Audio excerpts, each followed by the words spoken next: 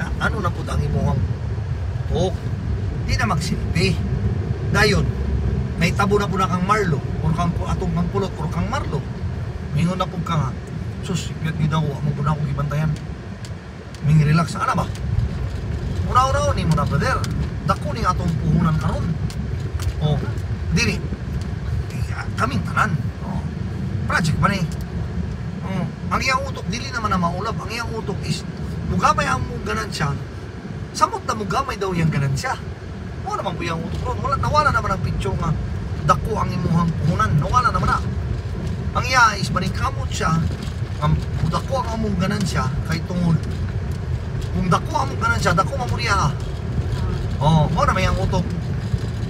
Mo gani, dili kayo siya pabor anang musweldo ko. For example, sina Joshua sa una. Sayang daw, sayang ba?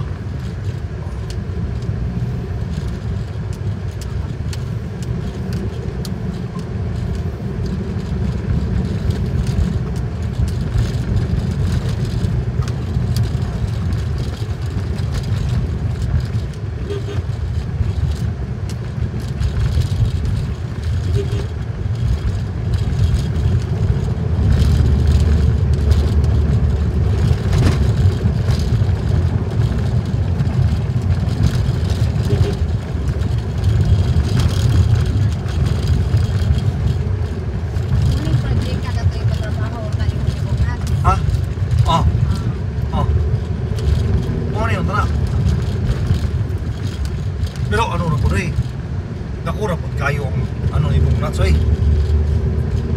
Ang iyang gi-offer sa amwa 4 milyon kagaran siya.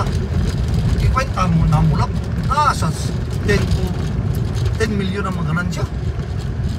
Oh, muna miingon siya sa una nga 5 milyon. 5 milyon man ang una niya nga offer. Ang sunod kay ihimo naman niyang 4. Kay mahadlok man daw siya kasi na ay mga dili makita ba. May ang rason. Pagkwenta na mo nga sa mga 10 milyon kung maganan siya. 10 to 15. Conservative na ng 10. Oh. Di, wa may problema ng engineer, klaro man.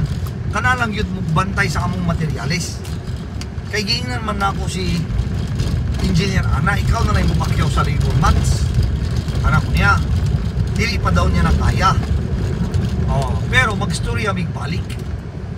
Kay ngano, pwede naman nga labor months akong ipapakyaw niya.